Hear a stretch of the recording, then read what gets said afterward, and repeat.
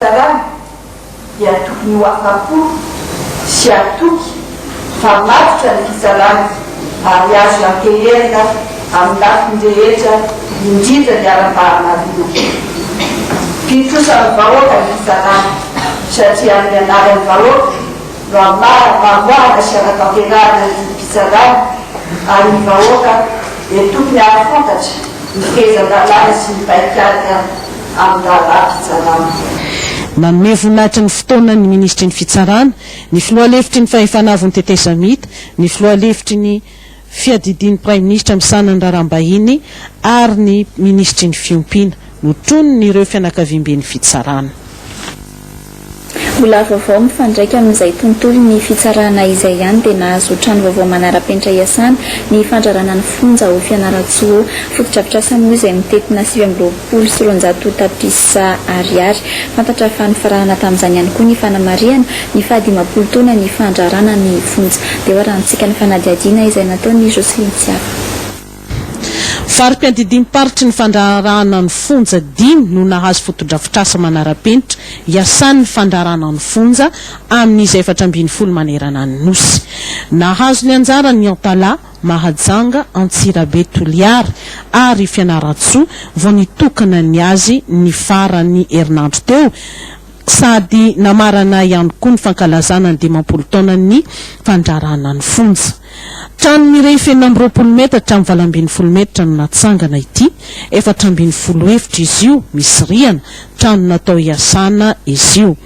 Vola mitentina 720 tapitrisa ariary no nentina nananana azy, fa matsimbola ny ministeran'ny fitsarana madiodio no navitana azy, ny orinasa tony no nanao ny asa ary naharitra 10 volana ny faharetany asa. Izao no vita dia tafiditra ao anatin'ny fanavoazana ny fandrarana ny fonja. Samy nanantitrantitra izy rehetra nandahateny fa toerana iray anabeazana sy hitaizana ireo voafonja sy miantoka ny fandriampahalemana ny sehatrasa miahy ny fonja. Koa tokony apetraka ho laharam-pahamena ny fanarenana sy fanamboarana ny fonja na ny fanamafisana ireo fotodrafitrasa hita fa marefo. Takinaraka izany ny fahaiza-manao ny tsirairay mba ho asa matianina sy asa manara-penitra ifanaraka amin'ny fotodrafitrasa manara-penitra no vokarina. No ararotina tamin'ity lanonana ity, nina ny lorana maro-boninahitra ireo mpiasa mendrika ka iray nakarina officier de l'ordre national, 4 nahazo chevalier de l'ordre national, nisy ihany koa niakatra grade ka nitolorana galona, iray niakatra laharana inspecteur de l'administration pénitentiaire première classe et premier échelon, val contrôleur de l'administration pénitentiaire principale de classe exceptionnelle, fit contrôleur d'administration pénitentiaire principale, iray contrôleur d'administration première classe, artelo agent principal de classe exceptionnelle. No faranana tamin'ny matso ara-miaramila ny lanonana no tarihiny commandant d'ensemble Fierena Léon. Fa andeha resaka zavakanto vetivety aloha isika zava-maneno anisan'ny tian'ny malagasy ny piano. Fa ny eto amintsika dia fantatra fa efa hatramin'ny taona 16 tanoany no nisy ny ivitoerana fanifanana mitendry ny piano. Nananjery ny zava-misy tamina ivitoeram-panifanana iray irivana Vonarivo sy Vonjy Jocelyn. Dia hoarantsika ny fanadihadiana izay nataon'izy ireo. Falavarasa folotondra ny mianatra an'izy. Rakoto Arsan Roland mpampianatra piano dia efa 10 taona no nampianariny teto.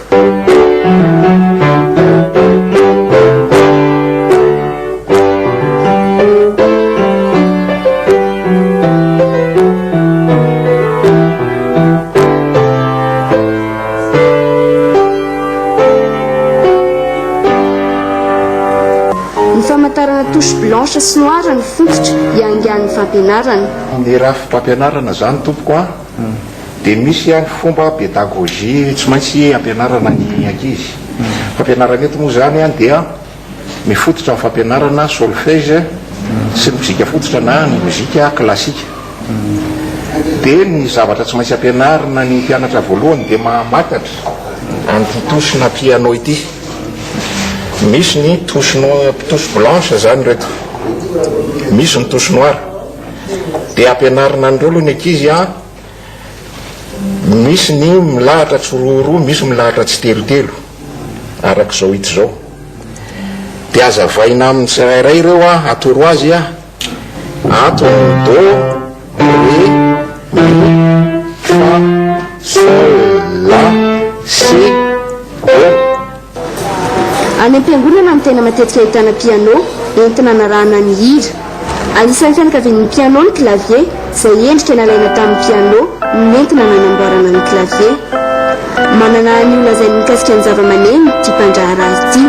Hoe azo lazaina ny havanay amin'ny mpivarotra zava-maneno rehetra dia izahay koa izany sady ao anatin'ny pratika zany satria izay sady manao sonorisation izany hoe misonorise an'ireny artiste nagoavany ireny aza na amin'ny sehatra goavana rehetra misy eto Madagasikara Mitsonjombe, Mahamasina, Antsahamanitra efa nanaovana avokoa izany dia manana expérience zahay ka afaka manome torohevitra ireo olona izay manam-pikasana hiditra amin'ny sehatra ny sonorisation indrindra ny fiangonana izay nakamaroan'ny fiangonana moa izany dia tsy mahafantatra ny momba n'izany sonorisation izany fa manao tetika asa fotsiny izy dia mieritreritra hoe hividy zava-maneno dia indraindray matetika mihitsiny ny configuration entiny zareo avy any tena tsy mifanaraka amin'ny zavatra tokony ilainy dia eo zahay no miproposé amin'ny fiangonana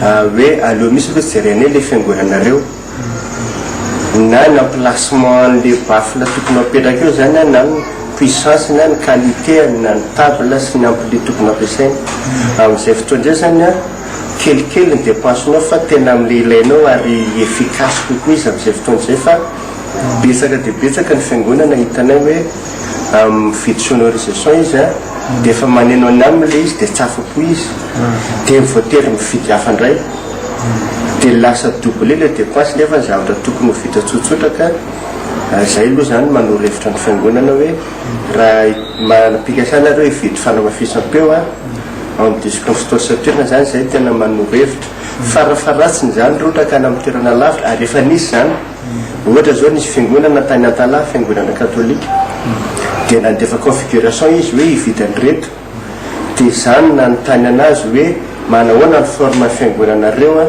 manahoana ny filo nisany mpivavaka ao aminy dia zany nanao configuration dia tena afapo misy zareo fa tena hoe tena mety misy ilay zavatra natao.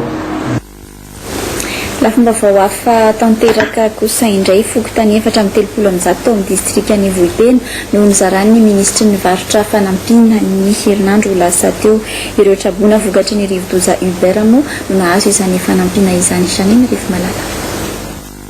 Masomboly, vary, katsaka, tsaramaso mitotaly 240 tapitrisa ariary no nozaraina. Fokontany 720 tao amin'ny commune Vohipena sy fokontany 430 tao amin'ny commune Andemaka no nomena masomboly 570 kilao isa-pokotany, vary 530 kilao, katsaka 10 kilao, tsaramaso 10 kilao. Ny asabotsy iray me kosa dia ny teto Ilakatra misy fokontany 20 sy teto Mahazoarivo misy fokontany 240 no nomena izany. Ny ministra ny vakotra no nanolotra izany taty an-toerana no mariany fa tsy fanomezana amin'ny vatana fotsiny no mena fa fanampiana entina miatrika ny fiainana ho avy. Izy reto da masomboly tsy ohatra nitondesina teo aloha hoe vary fosy izay zaraina isa-tokantrano da hoanao isika fa ireto da masomboly vary sako tsaramaso ka amin'ny mahamasomboly anazy zany izy ireo dia fa voakarakara misy fanafody tsy azo hoaninareo so sahatrehan'izany ka misy ny anam-panahy hoe nahazo atika da andasika totoina fa mba misy an'ity eka aloha hoarosaka molany any hoany tsy azo atao satria mety hitarika aretina amintsika zany no fihinanana an'izay fa izy reo da masomboly efa voakarakara zany hoe zany voafantiny izy reo voakarakara izy reo mba hamokatra bebe kokoa fa isika no tokony alay atanana ny fiainasika ary tokony hitraka asika na de teo aza fahavoazana zay misy satria zay natao hoe hampipo. Tanjona ny ananganana pépinière commune isaky ny fokontany tsirairay ho an'ny Vohipena manokana dia nahazo fanampiana vary milanja 500 kilao sy poti fotsy 80 isa ambonin'ny masomboly isa-pokotany. Natolotra ny CENI ao amin'ny hôpitaly Vohipena ireto fanampiana ireto. Nambaran'ny ministra fa amboarina tsy ho ela ny lalana Vohipena Ilkongo